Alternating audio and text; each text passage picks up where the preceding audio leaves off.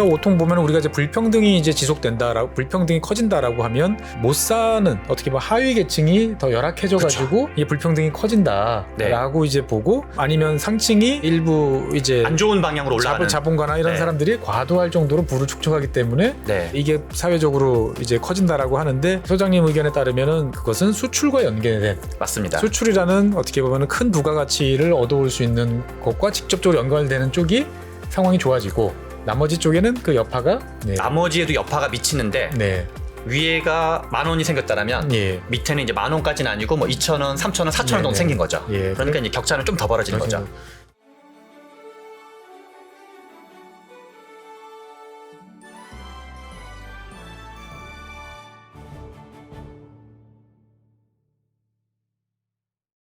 안녕하세요, 최준영입니다.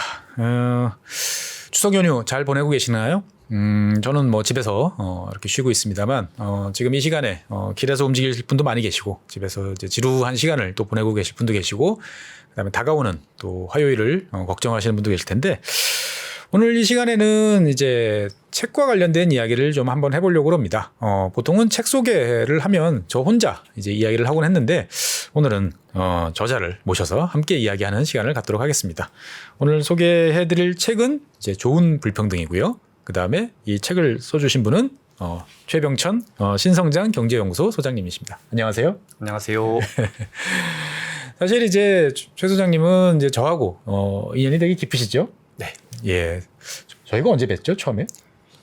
한 2015, 16년. 2015, 16년. 예. 저도 이제 국회에 계실 때. 예. 저도 국회에 있었고, 우리 소장님도 이제 국회에 계셨습니다. 저는 이제 그 입법조사관으로 이제 있었고, 보좌관으로 이제 계셨습니다. 그래서 저를 상당히 많이 괴롭히셨던 그랬나요?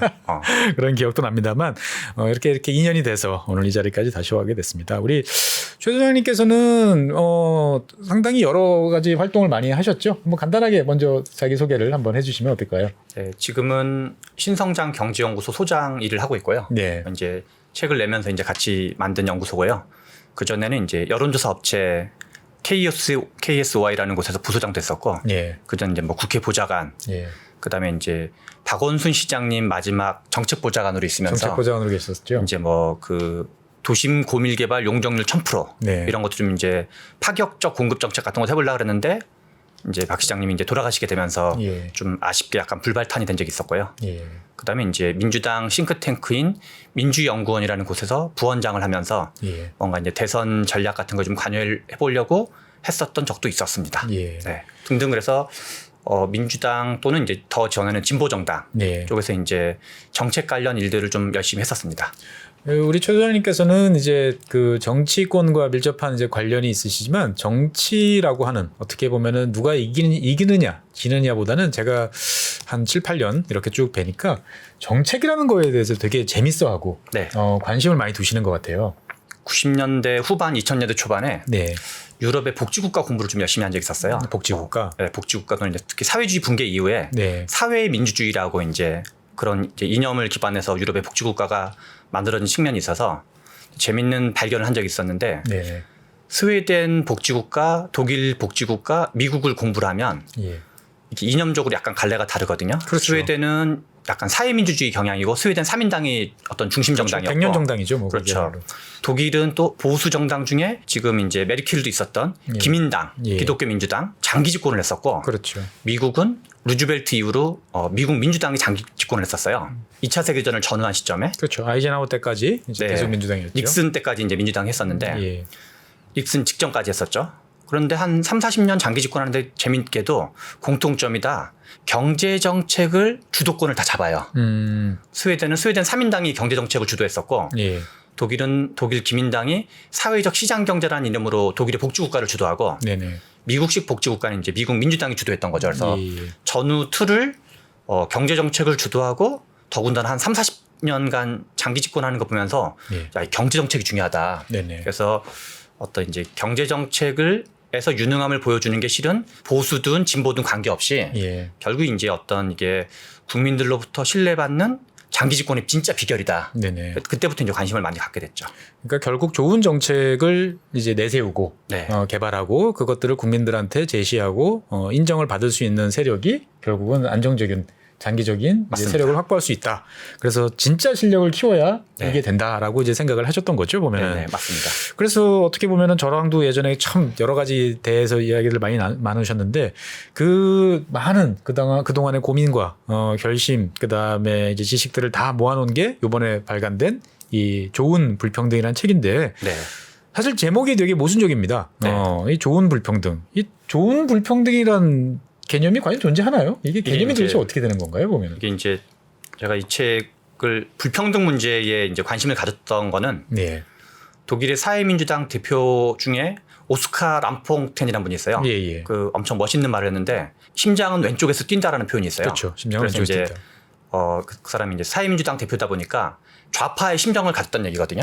그래서 상대적으로 보수 쪽 분들은 경제 성장에 관심이 많고 그렇죠. 진보 쪽 분들은 불평등에 좀 더 관심이 많은데 네. 저도 이제 약간 좌파의 심장을 가진 사람이랄까요? 그렇죠. 그래서 이제 불평등 문제를 한번 해결해 봐야 되겠다. 네. 그래서 제가 이제 국회 보좌관을 2016년도에 끝나고 실제로 몇 년 동안 연구를 했어요. 최근까지도 실은 공부를 한 거죠. 이게 한 5년 그쵸. 연구하신 거에서 5년, 결과물이죠? 6년 정도 공부를 네네. 한 거죠. 네.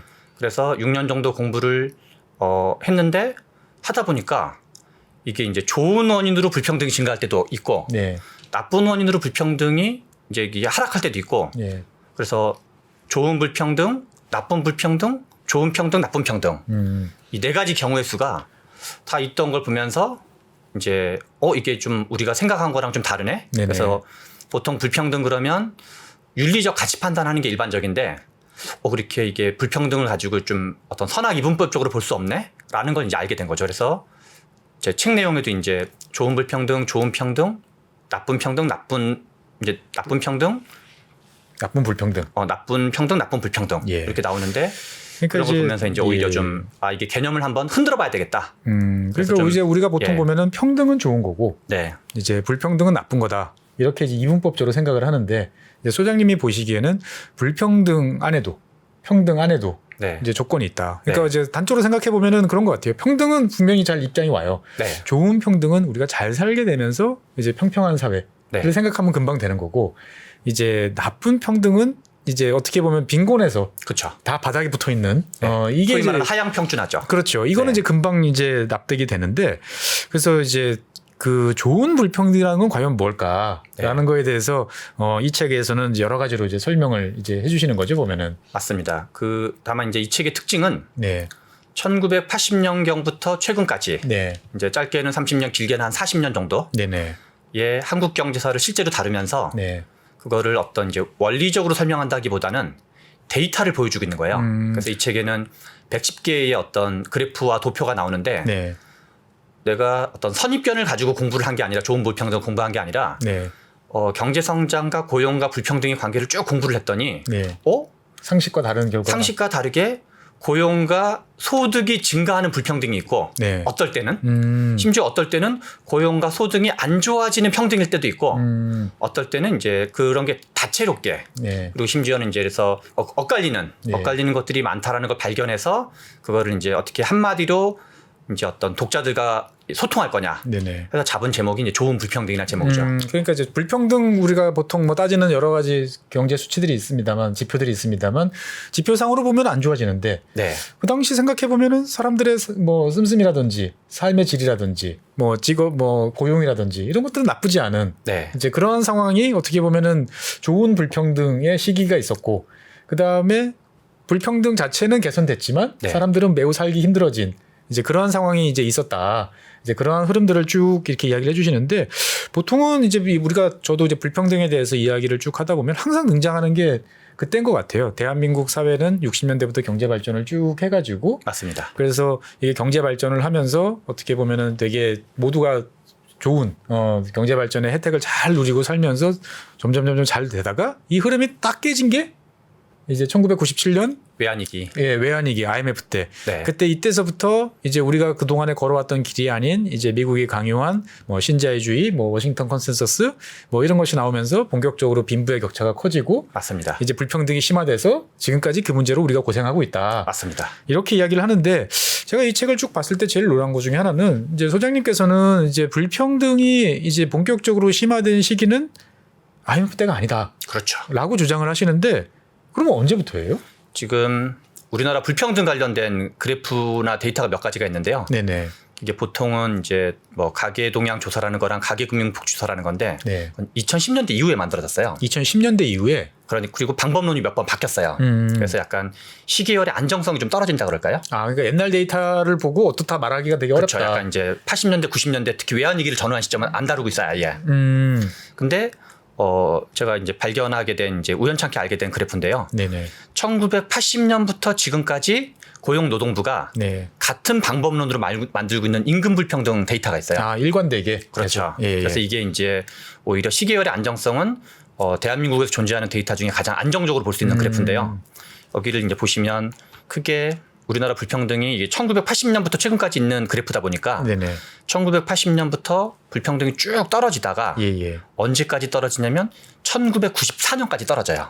그러니까 이게 지금 임금을 가지고 이제 진위계수를 이제 그쵸. 만든 거죠, 보면은. 네. 그래서 1980년대부터 시작을 해서 점점 좋아진다. 불평등도 떨어지고 예. 경제 성장률도 10% 가게 되는 거죠. 그렇죠. 3조항도 있고 그렇죠. 그랬으니까.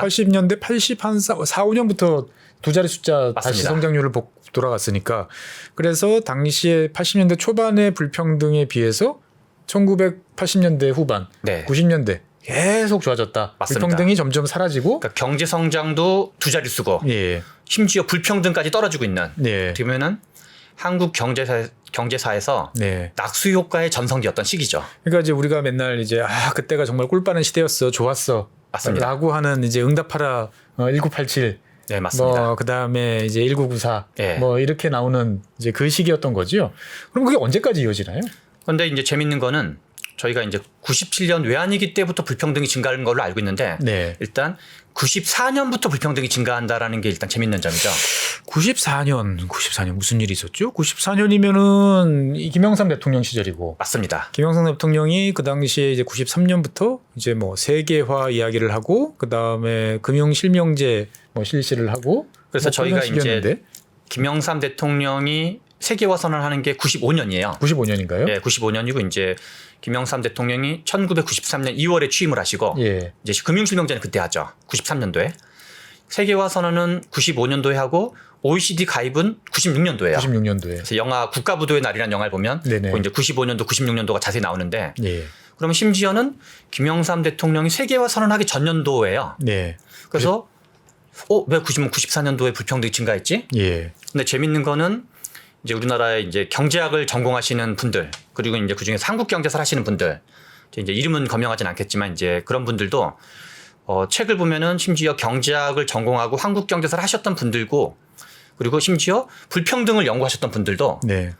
한 축으로는 97년 외환위기부터 불평등이 증가했다. 네. 이렇게 쓰는 게 약간 관행적 표현처럼 돼 있고 또 일부의 경제학자 전공하신 분 중에는 90년대 초중반부터 불평등이 증가했다고 서술하시는 분이 있어요. 근데 그분들은 이제 원인에 대해서는 언급을 안 하세요. 그냥 그런 것 같다. 네. 라고. 그런데 이제 저는 이제 우연찮게 94년부터 증가하네? 예. 저도 지난 한 20년 가까이 외환위기부터라고 알고 있었는데 네네. 그래서 실제로 그럼 왜 94년부터지? 그렇죠. 왜 94년부터? 그거를 이제 제가 정말 몇 년 동안 이제 그 화두를 가지고 계속 모든 책을 볼 때마다 그 이제 질문을 놓치지 않았거든요. 예, 예. 그러다가 이제 우연찮게 알게 된 게 중국 경제사를 공부하다가 알게 됐어요. 중국의 개혁 개방. 그렇죠. 예. 이것 때문이었구나. 오, 서로 이제 어떤- 따로따로 떨어져 있는 얘기였죠. 어떤 연관이 있길래 중국이 개혁 개방하면 우리 수출 잘 되고 그러면은 우리가 수출 잘 되면은 당연히 잘 살게 되고 그런 패턴인데 그동안 쭉 이어졌던 이게 이제- 어떤 관련이 있는 거죠? 이제 딱 두 가지만 말씀드리면요. 예, 예. 하나는 원래 중국의 개혁 개방은 78년도부터예요. 그렇죠. 그래서 이제 78년부터 덩샤오핑이라는 사람이 개혁 개방을 하는데 지금까지 44년 동안 이어지고 있는 그렇죠. 거죠. 이 대단한 이제 어떤 중국의 개혁 개방은 덩샤오핑이 아니면 설명이 안 되는 거죠. 예. 근데 78년부터 개혁 개방을 하는데 92년에 예. 중국의 개혁 개방의 하나의 또 어떤 새로운 국면이 열려요. 92년이면은 이제 천안문 사태가 이후에 천안문 사건은 89년도 89년이었고. 6월 4일 날 이제 예.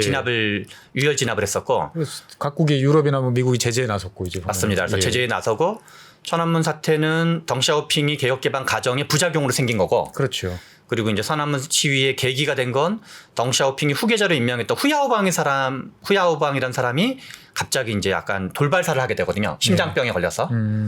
근데 그래서 이제 그 학생들이 시위에 나섰다가 후야오방의 후임자로 있던 사람이 자오지양이라는 사람이었는데 조자양. 예, 조자양이라고 옛날 표현했던 자오지양이 유혈 진압을 반대해요. 유혈 진압을 찬성하지 않는 거죠. 그래서 이제 자오지양을 가택연금하고 유혈 진압을 해서 이제 천안문 진압을 하게 되는데 네. 그러면 발단도 개혁 개방의 부작용, 그렇죠. 그 계기도 후야오방의 죽음. 네. 그다음에 이제 그 어떤 그 시위 진압 과정에서도 이제 자오지양이 덩샤오핑의 후임자였던 자오지양이 이제 뭔가 좀 미온적인 접근 반항을 한 거죠. 보면. 그렇죠. 예. 그래서 실은 덩샤오핑이 책임이 있었어요. 그래서 천안문 시위를 다 진압한 다음에 덩샤오핑이 사실상 이선 후퇴를 해요. 책임을 지고. 네네. 왜냐하면 이제 특히나 그 시위대는 개혁 개방을 찬성하던 사람들이었거든요. 네네. 그래서 일종의 이제 중국에서 개혁 개방 과정에서는 덩샤오핑과 입장이 다른 사람도 되게 많았어요. 그렇죠. 아예 흔히 말하는 반대를 하거나 좌파라고 그렇죠. 하는. 예. 아예 개혁 개방 반대파가 있었고 또는 이제 하더라도 살짝만 해야 된다. 너무 이렇게 세게 하면 안 된다. 네네. 라는 건데 그래서 이제 덩샤오핑이 이선으로 후퇴 있다가 1989년도 그런 일이 있어서 이제 중국의 개혁 개방은 좌초되는가 보다. 네. 그래서 좌초 위기에 있는데 1989년 12월에. 세계사적인 사건이 벌어져요. 뭔지 알겠습니다. 뭔가요 혹시? 그 남쪽으로 이렇게 기차를 타고 간. 그거는 그게 아니라 89년도. 89년도 그 네. 베를린 장벽. 맞습니다. 예. 그래서 89년도에 동독의 베를린 장벽이 무너지고 네. 90년도에 이제 루마니아, 체코, 폴란드, 동유럽 국가들이 동유럽이 이제 차례차례 다 붕괴가 되고 예. 그리고 심지어는 91년도에 92년의 8월에 소비에트가 무너지죠. 그렇죠. 쿠데타가 벌어지고 보수파의 쿠데타가 벌어지고 91년 크리스마스 때 예, 12월에 이제 12월 25일 날 소비에트 연방이 공식 해체가 돼요. 네. 그래서 89년, 90년, 91년에 약간 이제 그 3년 연속으로 공산주의가 순차적으로 다 붕괴가 되면서 그거를 중국 공산당의 보수파들과 이제 개혁개방의 소극파들도 하마터면 우리도 큰일 날 뻔했네. 야, 우리도 개혁개방 그동안 안 했으면 완전히 나라가 이제 통으로 흔들릴 뻔했네. 라는 거를 그런 분위기가 조성이 돼요. 예. 그래서 그때 그거를 다 지켜본 상태에서 덩샤오핑이 92년 1월 달에 1월 달에 약 40일간에 걸쳐서 예. 핑계는 그때 덩샤오핑 나이가 88세예요. 노구를 이끌고 예. 딸이랑 같이 가족여행을 한다는 핑계로 본인이 개혁 개방을 했던 경제 특구들을 순차적으로 돌아다녀요. 약 40일 정도. 40일 정도. 그거를 남쪽 지역을 순방하면서 이야기하다. 네. 그래서 남순 강화라고 표현해요. 남순강화라고 하죠. 그게 네. 92년이었군요, 보면은. 네, 그게 92년 1월부터 2월에 있던 사건인데요. 네네. 그래서 그 해에 우리나라랑 1992년 8월 24일 날 예. 한중 수교를 맺게 돼요. 남순 강화를 1월, 2월에 하고 네. 한중 수교는 8월에 하고 8월에 하고. 그리고 그때 마침 이제 당대회가 5년마다 있는 중국 공산당 당대회가 있던 해예요. 네네. 그래서 남순 강화의 목표는 뭐였냐면 후계자가 이제 나중에 장쩌민이었었죠. 장쩌민이 주석으로 있었는데 예. 장쩌민은 보수파의 눈치를 보고 있었어요. 그래서 개혁 개방을 하는 둥 안 하는 둥 이렇게 하고 있었어요. 약간 뜨뜻미지근하게. 그래서 덩샤오핑이 이제 중국 특유의 화법이 주어 목적 없는 화법이거든요. 당신 너 똑바로 해. 똑바로 안 하면 안 돼. 개혁 개방하려면 과감하게 해야 돼. 이런 메시지를 목적 없이 계속 던지는 거죠. 근데 실제로는 장쩌민을 대상으로 던진 메시지예요. 그래서 이제 그게 특히나 그 본인이 개혁 개방했던 경제 특구를 중심으로 그게 이루어졌기 때문에 거기는 마치 이제 좀 약간 과장해서 표현하면 우리나라로 치면 촛불 시위만큼의 인파들이 막 모여요. 왜냐하면 그 지역은 이제 소득이 막 급상승을 했기 때문에. 네. 그래서 이제 그 남순 강화를 계기로 중국 공산당 전체가 이제 다시 개혁 개방을 해봐야 되겠다라고 국민들이 이걸 좋아하는구나. 그쵸. 라고 이제 깨달았던 거죠, 보면은. 그래서 78년부터 92년 사이는 약간 조심조심 개혁 개방을 했어요. 예. 그럼 약간 14년 동안 이제 개혁 개방을 했는데 그렇죠. 그래서 남순 강화 이후에 중국이 본격적으로 이제 그렇죠. 개혁 개방을 또 강조했다. 그래서 중국이 수출 중심 공업화 노선을 전면적으로 채택한 시점은 예. 92년도인 거예요. 92년. 예. 그럼 이거랑 우리나라의 불평등하고는 도대체 무슨 관련이 있어서 이렇게 긴 이제 중국 경제 말씀을 하신 건가? 많은 분들이 궁금해하실 것 같은데. 네, 1992년에 한중 수교를 하고 예. 하나는 한중 수교를 설령 안 했다 하더라도 예. 중국이 본격적인 개혁 개방 수출 중심 공업화 노선을 전면화하면서 네. 저희 나라랑 산업 구조가 유사해져요. 아, 대한민국과 이제 중국이 이제 하나는 92년, 93년부터 그러면 그렇죠. 92년 이후부터. 네. 그래서 하나는 그때 저희가 87년 노동자 대투쟁 이후에 네. 87년도에 이제 유월항쟁이 벌어지고 노동조합이 엄청나게 많이 만들어지고 수천 개가 만들어지거든요. 그렇죠. 그래서 뭐 파업이라든가 임금 인상이라든가 되게 되는데 하나는 그때 중국과 한중 수교를 한 이후로 우리나라의 기업들이 대거 중국으로 공장을 이전해요. 맞습니다. 저도 어릴 때 기억이 있어요. 네, 그래서 그거가 지표상으로는 예.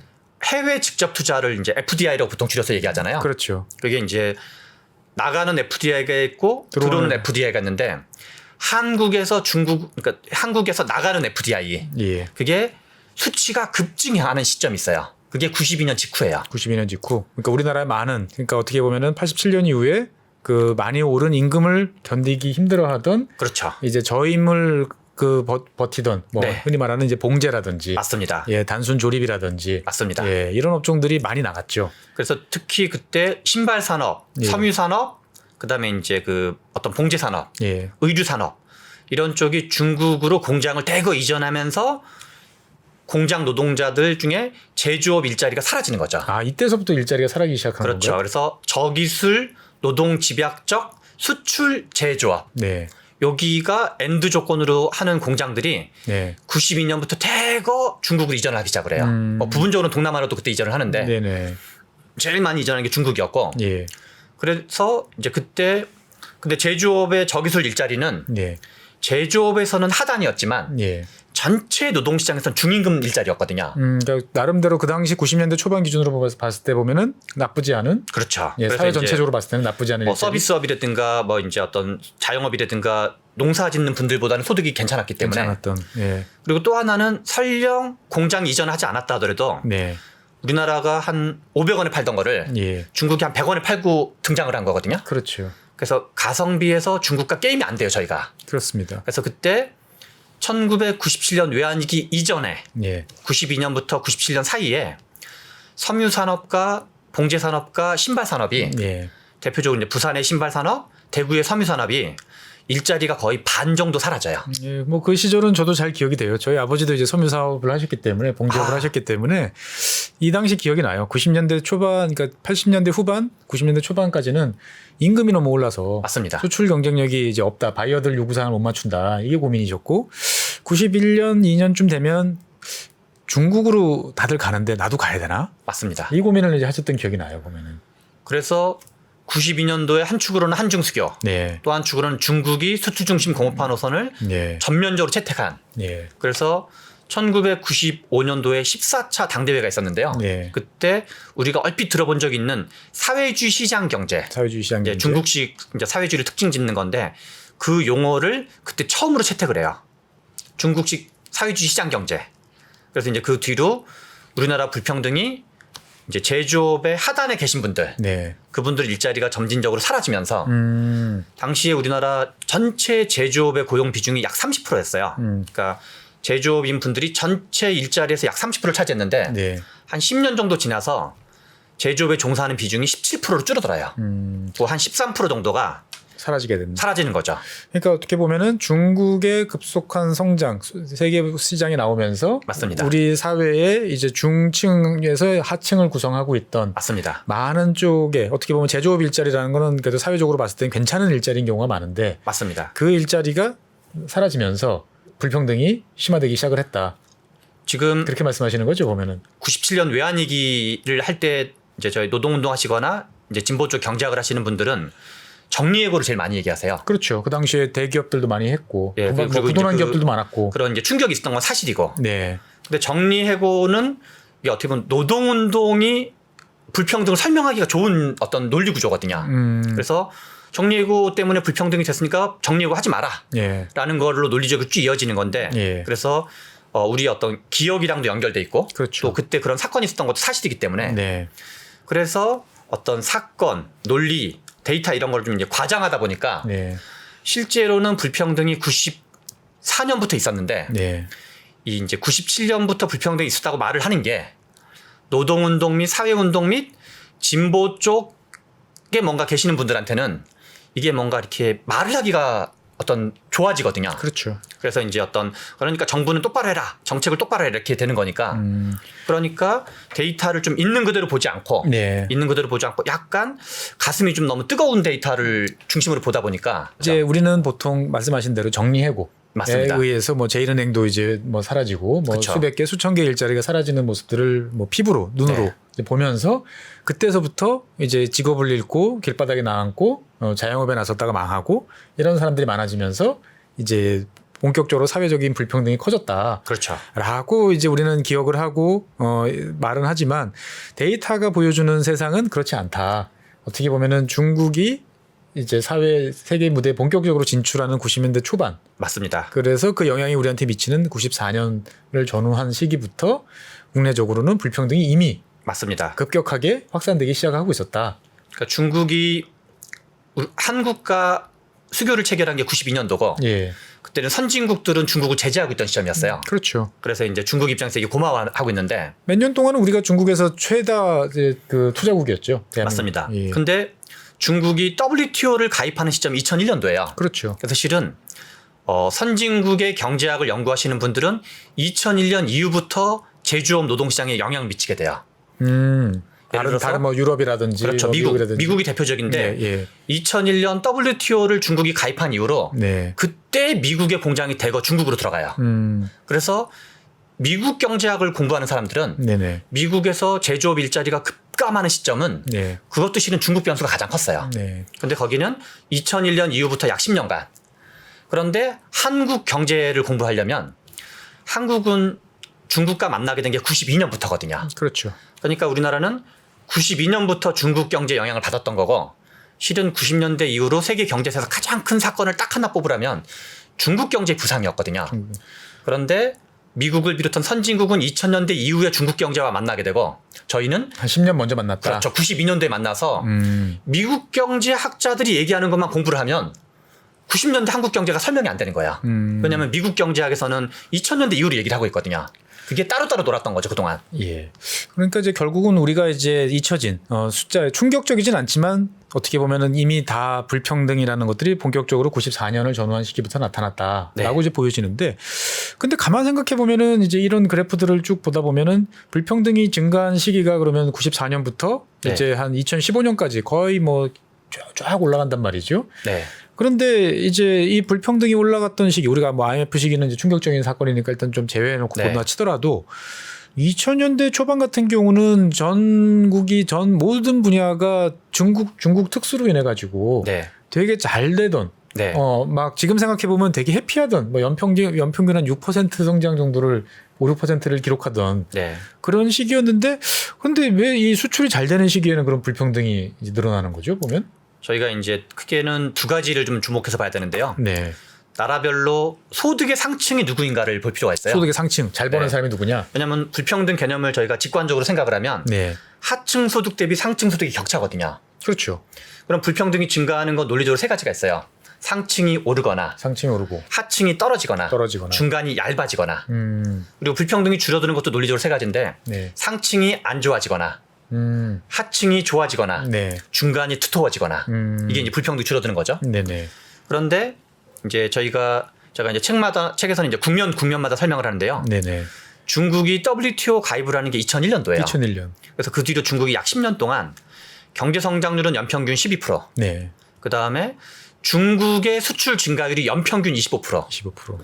중국에 대한 한국의 수출 증가율이 연평균 30%였어요. 30%. 엄청난 수치인 거죠. 그렇죠. 그러니까 정말 제가 그때 기억이 나요. 뭐 대중국 사업 하시는 분들은 다들 뭐 이 표현이 맞을지 모르겠지만 흥청망청이었고, 맞습니다.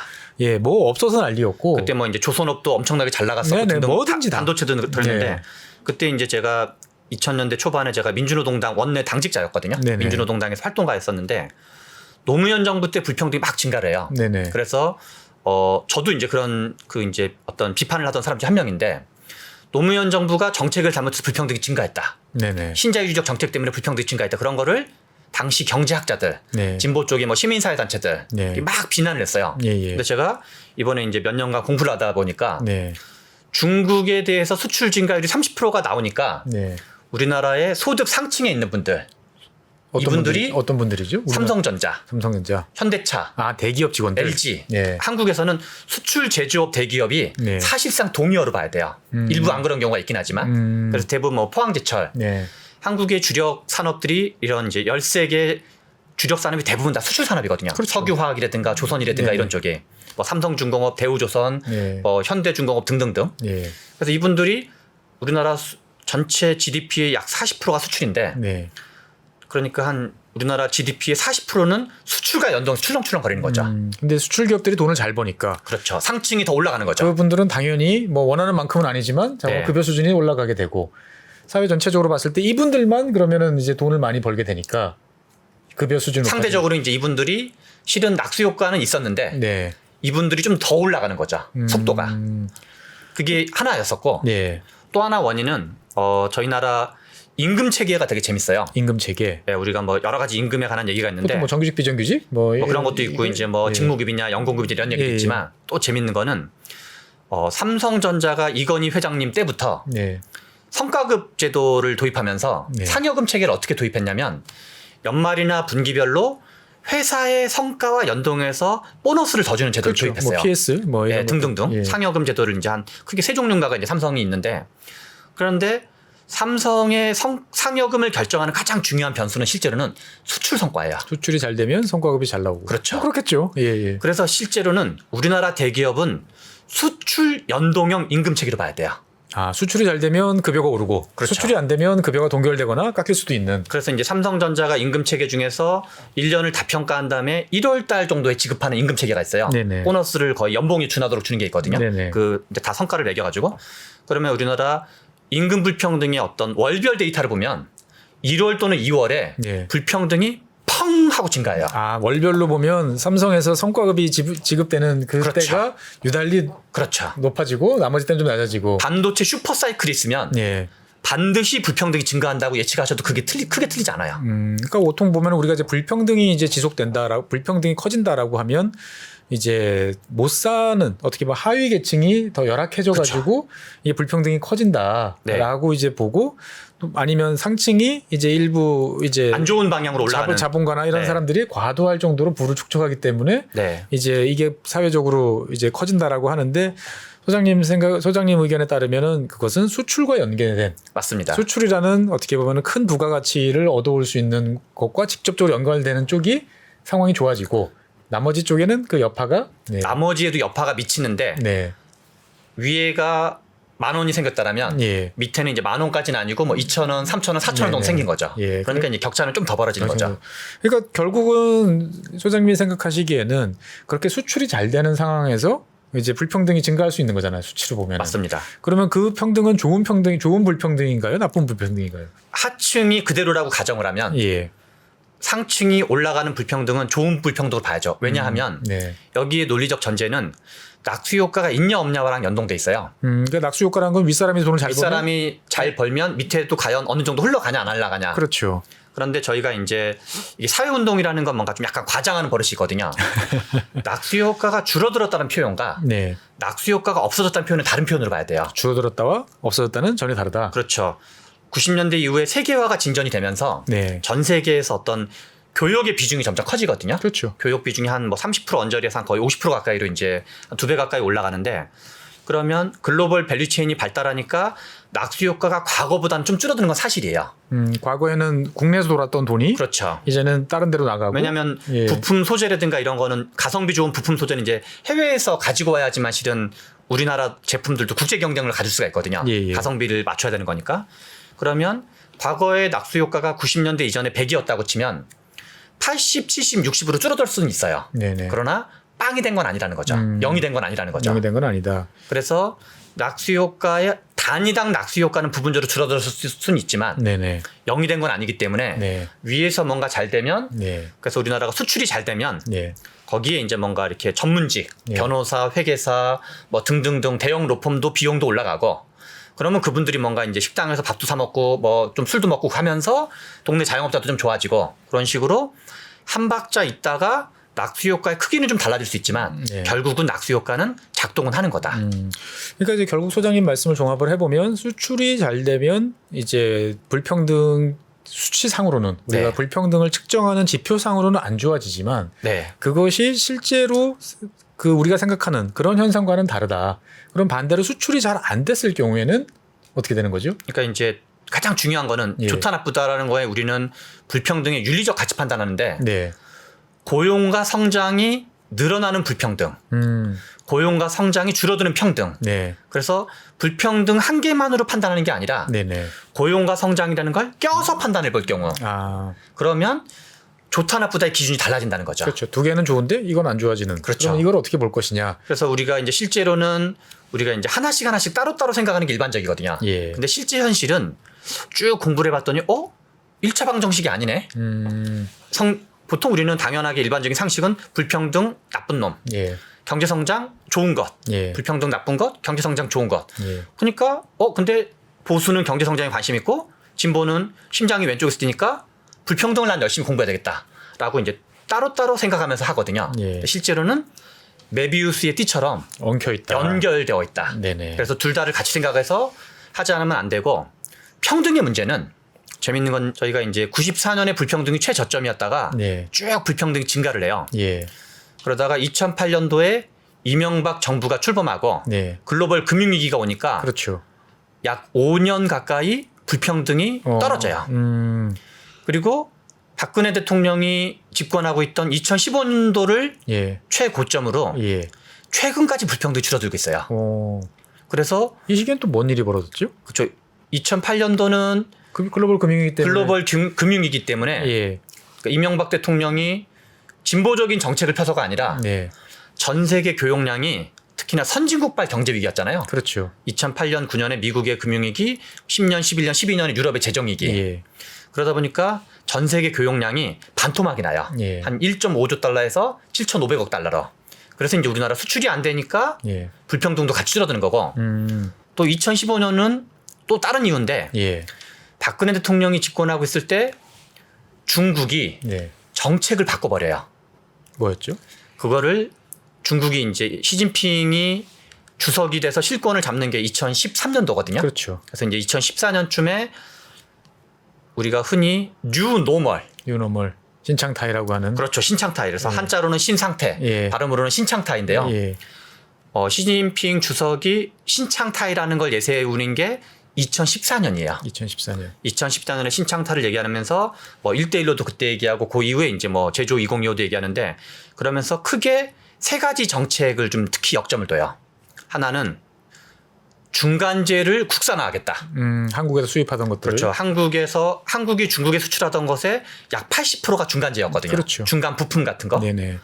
그런데 중국이 중간재를 국산화하고 네. 또 하나는 무역 의존도를 낮춰요. 낮추고 내수를 비중을 높이겠다. 그렇죠. 내수 비중을 높이는 거죠. 네네. 그래서 왜냐하면 다른 나라 선진국가 경제의 수출을 통해서 중국이 선진국에 수출을 해가지고 경제 비중을 너무 많이 늘려버리면 중국 체제도 위험해질 수 있다 생각한 거야. 그리고 또 뭐 임금도 많이 올랐고 네네. 중국의 임금도. 그래서 한편으로는 중간재의 국산화, 네. 또 한편으로는 무역 의존도의 축소, 네. 또 하나는 산업구조 고도화. 산업구조 고도화. 그래서 이제 저기술 중심으로 수출하던 거를 네네. 중기술 중심으로 수출하고 고기술 중심으로 수출하고 그게 그 당시였군요, 보면은. 그때부터 네네. 중국이 이제 본격적으로 하는 거죠. 그러니까 우리나라 수출 기업들한테는 상황이 안 좋아진 거죠. 그렇죠. 예. 그래서 중국이 WTO 가입하고 약 10년 동안 저희 나라 수출 증가율이 연평균 30%라고 제가 표현했는데 예. 신창타이 이후에 한 몇 년이 지나서는 저희 나라 수출 증가율이 5% 내외로 다운이 돼요. 그러니까 거의 한 10분의 1토막 또는 5분의 1토막. 그래서 중국에 대한 수출이 급감을 하는 거죠. 그래서 대중국 수출 급감과 네네. 그러니까 부산, 울산, 경남 지역의 제조업이 어려워져요. 그 시기부터. 그 시기부터. 그리고 그때부터 부산, 울산, 경남 지역의 청년 일자리도 줄어들어요. 대신 불평등은 줄어들어요. 없으니까 그렇죠. 다 안 되니까 상층 일자리도 없어지고 하층 일자리도 하층도 불안해지고. 특히 이제 상층이 더 많이 줄어든 거죠. 이때는 그렇죠. 줄어들 때. 그래서 대중국 수출 급감, 네. 부산, 울산, 경남 지역 제조업의 위기, 네. 지방 청년 일자리의 위기, 불평등 축소가 실은 같은 말의 다른 표현인 거죠. 원인이 같은 거예요. 그러니까 결국 우리는 이제 우리 안의 어떤 정책, 우리 안의 요소들로 인해서 불평등이 이제 커졌다, 뭐 줄어들었다, 네. 이렇게 이야기를 하면서 뭐 특정한 정치 세력에 대해서 비판을 하거나, 네. 뭐 잘했다고 칭찬을 하거나, 뭐 이야기는 하지만 소장님이 보시기에 우리 경제 그리고 우리의 불평등 구조라는 것들은 국제 구조, 특히 중국과의 관계가 매우 밀접하게 연관이 돼 있다는 것들을 염두에 둬야 된다. 맞습니다. 그거를 잃지 않고서는 계속 잘못된 진단만 내릴 수 있다. 저희가 정치를 하거나 사회운동을 하거나 경제학을 하시는 분이나 아니면 네. 이제 뭐 노동운동을 하시는 분들이 네. 국내 문제를 과몰입을 하거든요. 네네. 그래서 부자 것을 좀 세금 많이 걷어서 네네. 좀 어려운 사람한테 나눠줘라. 그래서 이제 어떨 때는 뭐 부자에게 세금을 서민에게 복지를, 네네. 또 어떤 분은 억강부약, 네. 어떤 분은 최고임금을 통해서 민간 CEO의 임금을 캡을 씌워야 된다. 그렇죠. 이런 상한제. 등등 있는데 예. 이거에 다 공통점이 뭐냐면 국내적 분석을 하는 거예요. 국내적으로 봤을 때 CEO들이 누가 상층이냐. 너무 많이 가져가니까 그렇죠. 얘네들을 누르면 자연스럽게 비율이 그렇죠. 이제 좋아진다. 그래서 위에 거 여유가 좀 위에 있는 사람들이 여유가 좋으니까 네. 위에 거를 뭔가 뺏어서 이제 밑에 나눠주는 거에 이제 중심으로 특히 이제 한국 진보 쪽이 그런 거에 조금 더 이제 경향이 있는데 네네. 실제로 우리나라 불평등을 쭉 공부를 해봤더니 네. 연구를 해봤더니 그런 원인도 전혀 없진 않겠지만 네네. 국제 경제와 연동된 원인이 훨씬 더 많다. 이게 100%라고 표현할 수는 없지만 제가 보기엔 대략 한 70% 정도는 예. 국제 경제와 연동된 요인이 많았다.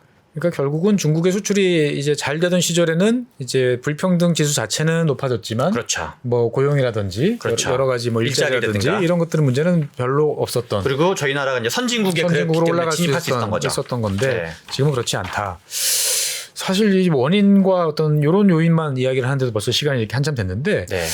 그러면 제가 갑자기 궁금해지는 게 하나 있어요. 네. 그러니까 뭐냐면 중국이 이제 산업이 고도화되면서 우리가 이제 점점 그전에 처음에는 이제 봉제라든지 하는 저임금 산업이 네. 그러다가 이제 2010년대 중반서부터는 이제 중간재 산업이 맞습니다. 이제 안 됐단 말이죠. 그러면 네. 우리한테 남은 거는 지금 위쪽에 있는 고도화된 산업, 뭐 네. 반도체라든지 반도체가 뭐 대표적이죠. 이런 산업인데 최근에 이제 이게 이제 미국에서 네.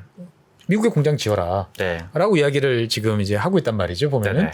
그래서 이제 어떻게 보면은 미국으로 가지 않으면 여러 가지 불이익을 당할 것 같으니까 네. 이제 대기업들이 미국에 투자를 많이 하고 네. 이제 그쪽에서 사업을 늘릴 수밖에 없는 이제 상황이란 말이죠.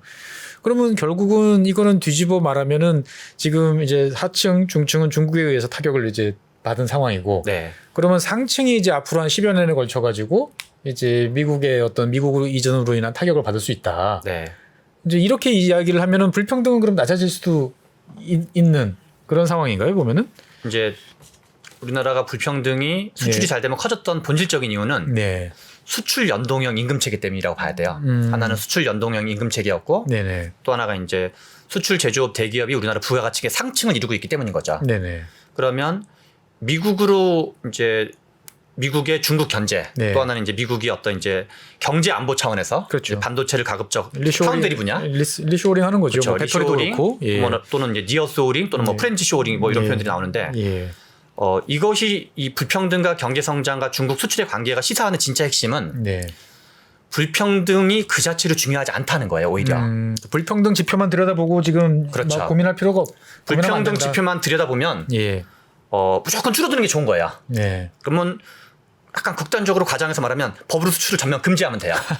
그럼 불평등은 반 가까이로 줄어들어요. 근데 그러면 경제도 안 좋아지고 고용도 안 좋아지고 경제 전체가 안 좋아지겠죠. 모두가 바닥에 달라붙으면 불평등은 없어지는. 그렇죠. 그래서 하나는 위에는 더 올라가도록 도와주고 네. 밑에도 대신 올라가도록 도와주고 뭐 이런 게 필요한 건데 그러니까 이제 소장님이 생각하시기에는 그러면은 적절한 좋은 불평등을 위해서 우리 노력해야 된다 이렇게 봐야 되나요? 보면? 그런 것도 있고 이제 말씀하신 이제 미국의 관계만 보면은 네.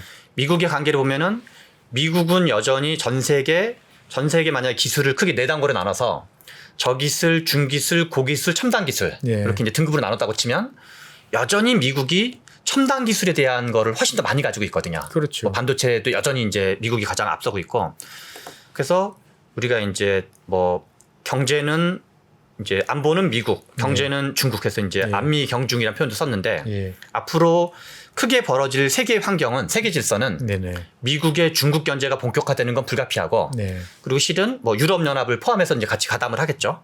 그러면 큰 틀은 디커플링이 벌어질 텐데 그때 우리가 중국은 시장을 가지고 있었고 미국은 기술을 가지고 있기 때문에 기술과 시장 중에서 단기적으로는 시장이 중요할 수 있지만 동태적 경쟁력 관점에서는 네. 기술이 훨씬 더 중요하거든요. 그러니까 미래에 계속적으로 경쟁력을 유지하기 그렇죠. 위해서는 기술이 있어야 된다. 지속 가능한 경쟁력의 핵심은 기술이기 때문에 그리고 이제 박사님 말씀하신 대로 중국이 우리나라 기술을 계속 쫓아오고 있었거든요. 그렇죠. 그럼 미국의 중국 견제가 중국 시장으로부터의 접근권이 차단당하는 어떤 우리가 불이익도 있지만 또 한편으로는 중국이 한국의 첨단 기술을 쫓아오지 못하도록 누르는 효과가 있다. 누르거나 또는 지연시켜주는 그런 긍정적 효과도 있기 때문에 예. 그거를 좀 복합적으로 볼 필요가 있다. 복합적으로 볼 필요가 있다. 그리고 그러면 본질적으로 가장 중요한 건 뭐냐면 지속 가능한 경쟁력. 예. 하나는 그래서 모두의 상향 이동. 개인, 기업, 국가. 근데 결국 핵심은 기술이거든, 기술. 기술과 교육, R&D 이런 것들이거든요. 그러니까 결국은 대한민국이 이제 수출로 지금 70년 동안 이제 그렇죠. 발전해서 여기까지 왔고 그 네. 구조는 기본적으로 갈 수밖에 없다. 네. 그러면 그 구조 하에서 우리가 경쟁력을 지속 가능하도록 유지하려면 결국은 더 고도화시키고 그렇죠. 더 고부가치로 가야 되고 더 비싼 가격에 팔 수 있는 네. 여러 가지 고도화를 하는 것을 멈출 수는 없다. 그냥 불평등을 개선하자. 이 구호는 참 쉬운데 그렇죠. 그 구호를 이제 현실화할 때 고려해야 될 요소들은 다른 나라보다 우리가 한 두세 가지는 그렇죠. 훨씬 더 많이 고려를 해야 된다. 그렇기 때문에 어떻게 보면은 이 불평등이라는 것 자체에 매몰되지 말고 네. 우리가 지금 어디 서 있고 우리 사회가 어디로 변해가고 그다음에 지속 가능한 성장 그리고 모두가 좀 더 행복한 사회를 가기 위해서는 좀 다양한 더 넓은 쪽에 이제 눈을 돌려야 된다. 그렇죠. 라는 게 이제 이 책의 이제 핵심이신 거죠, 보면은. 그렇죠. 보통 저만 해도 네. 일종의 이제 좋은 것, 나쁜 것, 네네. 약간 선악 이분법. 네네. 그러면 이제 가슴이 막 좀 뜨거워지거든요. 그런데 했더니 현실에선 1차 방정식이 별로 없더라. 2차 방정식, 3차 방정식, 4차 방정식 이런 식으로 고용, 일자리, 세계 질서의 변화, 네. 뭐 기술의 변화 이런 게 맞물려 있기 때문에 네네. 불평등 한 개만 보면 안 되고 성장, 고용, 국제 경제에서의 경쟁 관계까지를 네네. 같이 보지 않으면 좋은 선의를 가지고 나쁜 정책 결과가 나올 수가 있다. 그래서 좀 이런 이제 역설적 표현, 네. 그래서 어떤 다차원적 접근, 고차방정식적 접근, 그게 실제 현실이다. 네네. 그래서 현실을 직시할 필요가 있다. 이런 문제의식이 좋은 불평등이라는 표현에 담겨 있는 셈입니다. 네. 이 책에는 사실 이제 오늘 시간 관계상 이제 뭐 많은 내용을 이제 다 다루지는 못했는데 사실은 이제 아까 불평등을 완화하기 위한 여러 정책들이 왜 효과를 거두지 못했나. 네. 그 효과들이 왜 드러나지 못하는 어떤 원인, 네. 그 과정 이런 것들도 이제 잘 설명이 돼 있는 거죠. 그러다 보니까 여러분들이 최근에 여러 정책들에 대해서 이게 괜찮았던 것 같은데 왜 문제가 있었지? 그런 정책들이 왜 등장했지? 등등에 대한 어떻게 보면은 뭐 뒷이야기하면 뒷이야기, 네. 어떻게 보면 그 과정의 논리적인 뭐 비약. 네. 에 대한 비판 이런 사항들이 이제 여러 가지로 잘 담겨져 있으니까 책은 약간 두꺼워 보이지만 쉽게 잘 읽힙니다. 그래서 술술술 잘 넘어가면서 또 한편으로는 아까 말씀하신 것처럼 100여 개 이상의 다양한 그래프로 이 소장님께서 말씀하셨던 여러 근거들이 있기 때문에 한번 이런 쪽에 관심 있으신 분들은 찬찬히 읽어보시면 여러 가지로 많은 것을 생각하실 것 같아요. 그래서 항상 우리가 과학적 태도가 중요하다고 이야기를 합니다. 근데 과학적 태도라는 것들은 제가 판단했을 때는 뭐 수학을 잘하고 과학 지식이 많은 게 아니고 새롭게 등장하는 증거에 따라서 나의 인식과 사고방식, 그 다음에 관념을 변화시키는 게 저는 과학적 태도라고 생각을 해요. 어제까지 믿었다고 생각을 했는데 오늘 보니까 아닌 것 같아. 라고 생각하면 마음을 바꿀 수 있어야 되는 거죠. 그래서 어떻게 보면 이 책은 고정관념에 대해서 싸우는 네, 어떻게 보면 맞습니다. 최 소장님의 그동안의 5년 동안의 맞습니다. 이제 지적 여행의 결과물이라고 저는 이제 보여져요. 그래서 25년간의 진보 세력이 어떤 생각하던 어떤 통념과 네. 이제 문제 제기를 하는 책입니다. 네, 그래서 평소에 나는 약간 왼쪽에 있어 라고 생각하시는 분들 아니면 나는 오른쪽에서 왼쪽이 잘 무슨 말을 하는지 이해가 잘 안 돼. 네. 등등의 어떤 그 생각을 가지신 분들한테는 되게 흥미롭게 어떨 때 보면 열도 좀 받고 어떨 때 보면은 재미도 있고 네. 하는 책이라고 이제 보여집니다. 그래서 제가 처음으로 이 책만 소개하는 게 아니고 저자분을 모셔서 이야기하는 자리를 가진 이유는 최 소장님께서 가지셨던 여러 가지 어떤 문제 의식에 대해서 제가 설명드리는 것보다 네. 오히려 더 객관적으로 여러분들한테 더 솔직하게 느낌으로써 저자의 어떤 문제 의식을 여러분들도 잘 느껴보시면 어떨까 싶은 생각에 오늘 새로운 시도를 한번 해봤습니다. 추석 연휴 이렇게 저물어 가는데 좋은 책을 함께 놓고 이제 가을철에 한번 읽어보시면 새로 다가오는 2023년 새해에는 내가 무엇을 준비해야 될지, 앞으로 내가 다니는 회사, 내가 일하는 분야 어떻게 변화하고 우리는 어떻게 대응할지에 대한 좋은 인식이 만들어질 수 있을 것 같습니다. 오늘 함께 해주신 최 소장님 대단히 감사하고요. 네. 앞으로도 이런 기회 종종 가져서 여러분들께 더 넓은 세계를 보여드리는 기회를 갖도록 하겠습니다. 함께 해주신 여러분 대단히 감사합니다. 감사합니다. 안녕하세요. 최준용입니다. 많은 분들께서 지구본 연구소에 보내주시는 사랑 항상 감사하고 고맙게 받고 있습니다. 여러분들께서 좋아해 주시는 만큼 저도 즐거워야 되는데 사실 제 마음속에는 항상 고민이 하나 있었습니다.